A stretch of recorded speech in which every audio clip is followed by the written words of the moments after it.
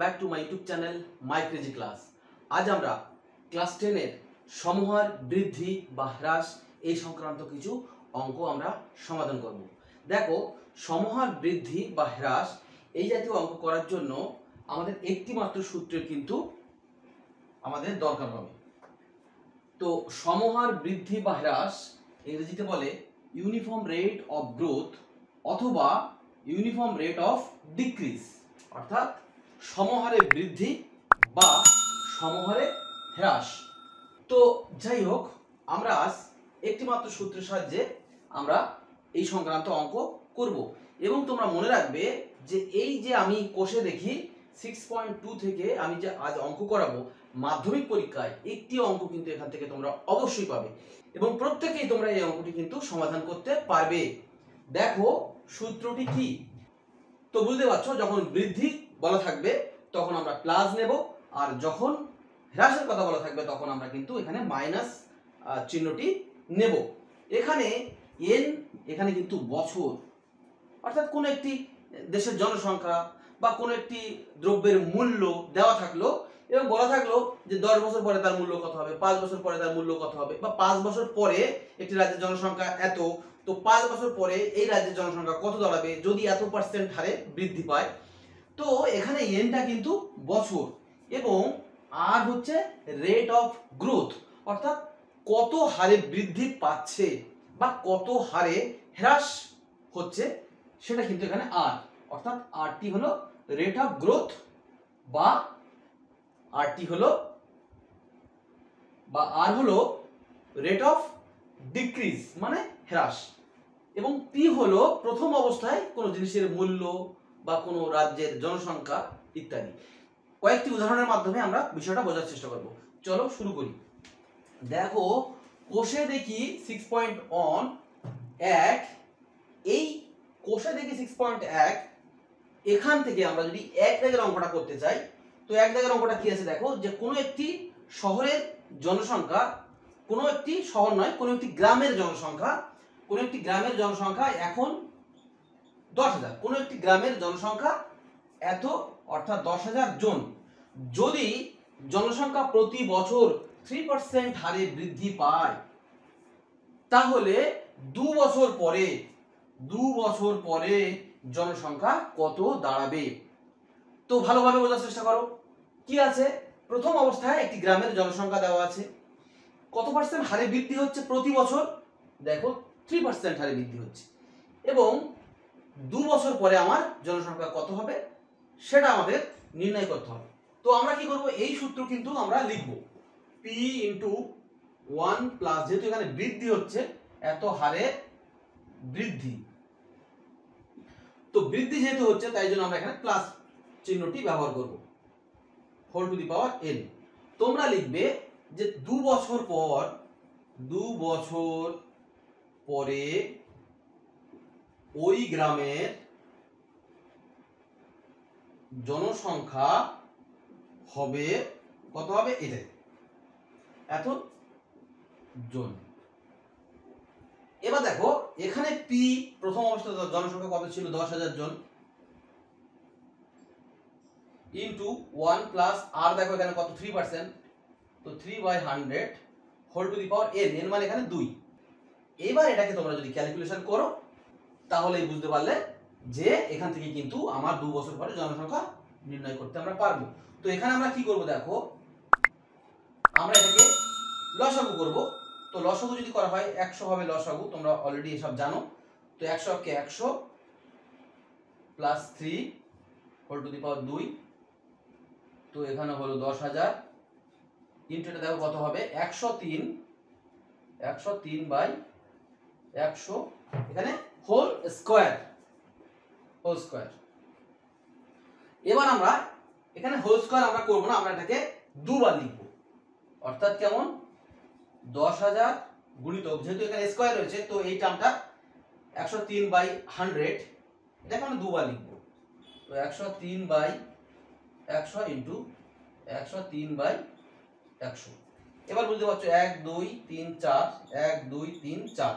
এবার তোমরা 103 গুণিতক 103 এই গুণটা তোমরা করবে। এই গুণটা যদি তোমরা করো তাহলে তোমরা দেখতে পাবে 10,609 জন। 10,000 এই গুণটা যদি তোমরা করো তাহলে দেখতে পাবে 10,609 জন উত্তরটা এরকম চলে আসবে। তো এভাবে আমরা এক দাগের অঙ্কটা কিন্তু করতে পারলাম। চলো আমরা এবার দু দাগের অঙ্কটি করব।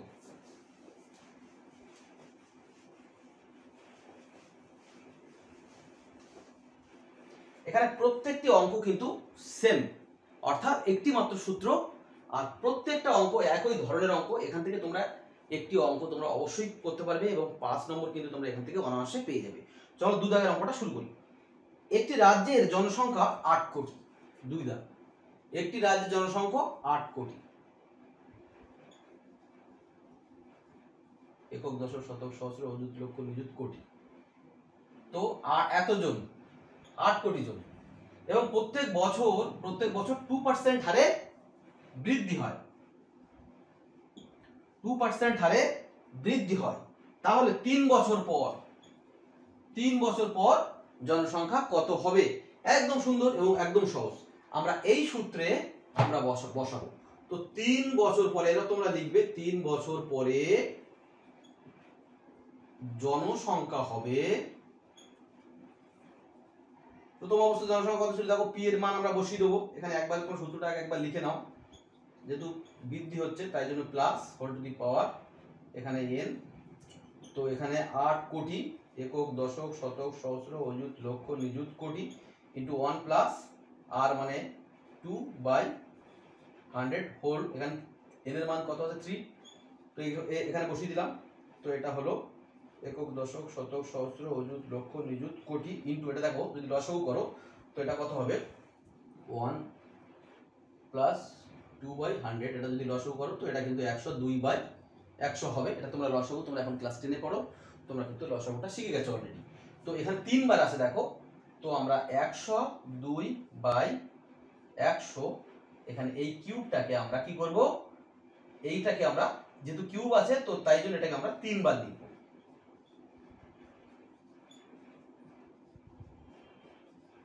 1 2 3 4 5 6 কেটে যাবে, 1 2 3 4 5 6। এইবার তোমরা 102 ইন্টু 102 ইন্টু 102 তার সঙ্গে 800 দিয়ে গুণ করবে, এবং গুণ করার পরে কিন্তু তোমরা উত্তরটা পেয়ে যাবে। তো এই গুণগুলো তোমরা অবশ্যই নিজেরা করতে পারবে। তো চলো আমরা এর পরের অঙ্কটা শুরু করি। 3 দাগের অঙ্কটা কি আছে দেখো, যে একটি মেশিনের মূল্য প্রতি বছর 10% হারে হ্রাস,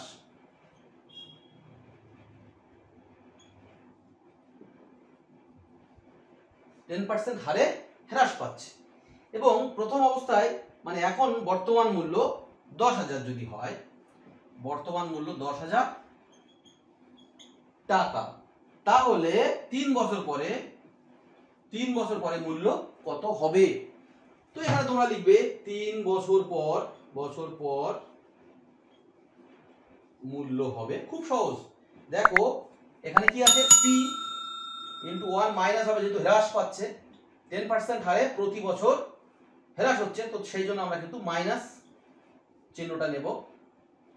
এবার এখানে আমরা এই মানগুলো বসাবো। প্রথম অবস্থায় মূল্য কত ছিল দেখো 10,000, 1 minus 10/100 whole to the power 3, এত টাকা হবে। 3 বছর পরে মূল্য কিন্তু এই টাকাটা হবে। এবার দেখো 1/8 এলসিএম বা লসাগু যদি করি আমরা এটাকে, তো আলটিমেট 1 মাইনাস 1/10, তো 10 লসাগু 9 10 10 মাইনাস 1 মানে 9/10। তো 9/10 সেটা কি হবে দেখো 10,000 ইন্টু 9/10, তার হোল কিউব আছে, তো হোল কিউব যেহেতু রয়েছে তাই জন্য এটাকে আমরা 3 বার লিখব। 9/10, 9/10, 9/10, এখানে 9 গুলো ভালো করে লিখো, 1 2 3 1 2 3। তো বুঝতে পারছো আমরা কি করব, 10 গুণিতক 9 গুণিতক 9 গুণিতক 9, অর্থাৎ এই গুণটা কিন্তু আমরা করতে পারবো। তো এই গুণটা যদি আমরা করি তাহলে আমরা দেখতে পাবো গুণটা হবে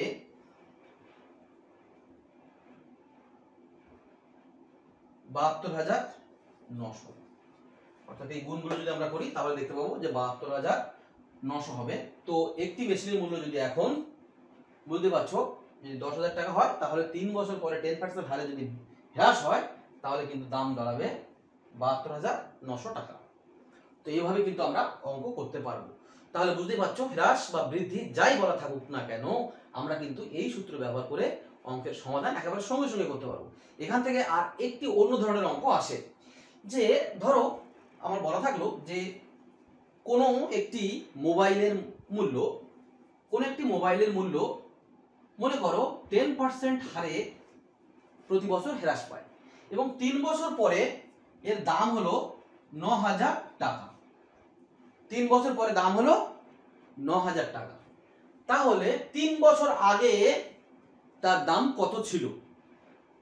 তো এই টাইপের যদি থাকে অঙ্ক, তো আমরা মনে করবো যে 3 বছর আগে দাম ছিল x টাকা। তো আমার সূত্রটা কি ছিল দেখো, 3 বছর আগে দাম ছিল x টাকা। তো 3 বছর আগে যদি দাম x টাকা হয়, প্রতি বছর 10% হারে কিন্তু হ্রাস হচ্ছে। তো 1 minus 10/100 whole to the power 3 equals to বর্তমান মূল্য 9,000 টাকা হবে। এখান থেকে কিন্তু আমরা সমাধান করে x এর মানটা নির্ণয় করতে পারবো। তো এই ধরনের একটি অঙ্ক আমরা এখান থেকে করব। আমাদের কোষে দেখি 6.2 এই ধরনের অঙ্ক কিন্তু আছে। আমরা এখান থেকে 10 দাগের অঙ্কটি করব। কি বলা আছে দেখো, যে কোন একটি জেলায় মাধ্যমিক শিক্ষা কেন্দ্রে বর্তমান শিক্ষার্থীর সংখ্যা কত দেওয়া আছে দেখো। বর্তমান শিক্ষার্থীর সংখ্যা দেওয়া আছে 3993 এতজন, এবং প্রতি বছর 10% হারে বৃদ্ধি পায়। 10% হারে বৃদ্ধি পায় প্রতি বছর। তাহলে 3 বছর পূর্বে, এই পূর্বে কথাটা যদি বলা থাকে, 3 বছর পূর্বে শিক্ষার্থী কত ছিল?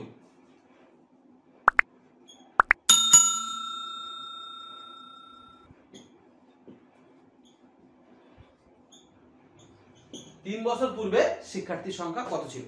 তো আমরা এখানে ধরবো যে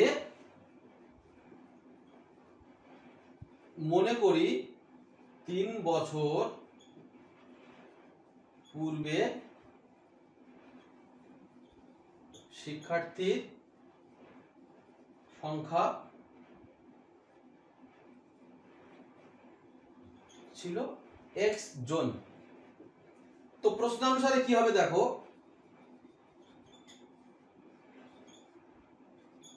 প্রশ্নানুসারে কি হবে, 3 বছর আগে পরীক্ষার্থীর সংখ্যা ছিল বা শিক্ষার্থীর সংখ্যা ছিল x জন। তো দেখো এখানে কি বলা হচ্ছে, যে 3 বছর পূর্বে শিক্ষার্থীর সংখ্যা ছিল x জন।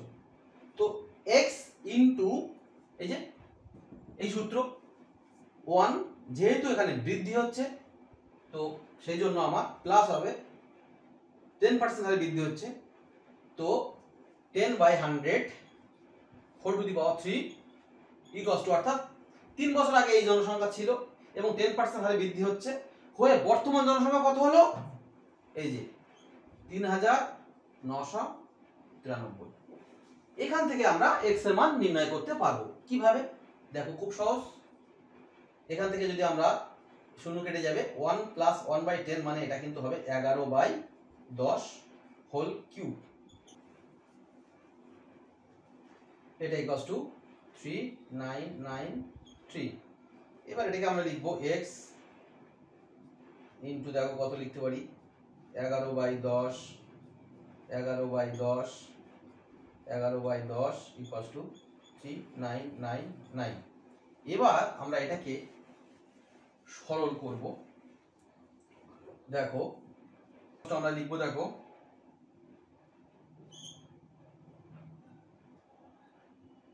3993 ইন্টু 1000 হবে। দেখো 3টে 10 গুণ করলে 1000 হবে। তো ডান দিকে গেলে ভাগ আছে, তো ডান দিকে গেলে উপরে গুণ হয়ে যাবে, আর নিচে এখানে 3টে 11 আছে। দেখো এখানে 11 3টে আছে, তো এই 3টে 11 আমরা যখন ডান দিকে নিয়ে যাব তো উপরে আছে মানে গুণ আছে, তো ডান দিকে গেলে ভাগ হবে। তো 11 গুণিতক 11 গুণিতক 11। এবার দেখো এটা 3 11 33, 6 11 63, 3 33। 3 11 33। তো এখান থেকে আমরা কি করলাম দেখো, 3 11 33, তারপরে থাকে 69, 6 11 66, থাকে 33, 3 11 33। আবার দেখো 3 11 33, 3 11 33, এখান থেকে আবার দেখো 3 11 33। তো আলটিমেট x ইকুয়াল টু আমরা পেলাম 3000। তো এবার তোমার উত্তরটা লিখবে যে 3 বছর পূর্বে ওই শিক্ষা কেন্দ্রে শিক্ষার্থীর সংখ্যা ছিল 3000 জন। তো এভাবে কিন্তু এই চ্যাপ্টারের সমস্ত অঙ্ক তোমরা করতে পারবে। যদি তোমাদের কোনো অসুবিধা হয় তোমরা অবশ্যই আমার সঙ্গে যোগাযোগ করবে। ভালো থাকো, সুস্থ থাকো, বেশি বেশি করে অঙ্ক করো। আমার ভিডিও ইদানিং বিশেষ কারণে কম আসছে, তবে আশা করছি আগামী সপ্তাহ থেকে আমি আবার আগের মতো কন্টিনিউ করতে পারবো। আরও একবার বলছি, বেশি বেশি করে অঙ্ক করো। ভালো থাকো, সুস্থ থাকো, ধন্যবাদ।